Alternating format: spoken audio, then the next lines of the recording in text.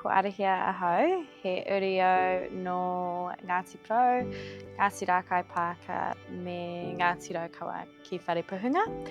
Before I started my entrepreneurial journey, I worked in the private sector. I quickly found out that I really didn't like the idea of working towards making some big guy who I hadn't even met profit. I kind of wanted to work towards making a difference, which is when I pivoted to the public sector. I became a primary school teacher and I've been teaching now for 4 years.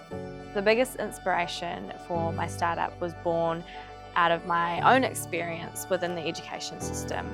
I've watched principals struggle to staff schools. At times they've resorted to sending whole classes home because we haven't been able to find a teacher to cover that class. They've resorted to splitting children across the school, which just creates an environment of inconsistency for these kids. The other thing that inspired Right Kind was my own experience as a classroom teacher with increasing complex needs, behavioural needs, and feeling like I didn't have the right skills or resources to be able to help these children in the way that they needed it. The problem that I'm trying to solve is how staff shortages are impacting children's educational outcomes negatively. The way that we're doing that is by providing an efficient and effective hiring system for the education sector. At the moment we are in a pre-launch stage.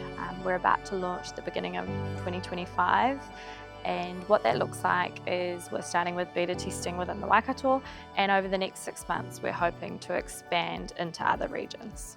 Through HTK Startup and my mentor Jacob, I've been able to navigate a lot of challenges that we face as founders in the startup space, which can be quite complex. Started off with a business health check, which kind of highlighted the areas of business that my startup is weaker in, and Jacob and I have been focusing on those areas, trying to build them up and strengthen them, whether it be building out development for my MVP or working with lawyers around legislative systems.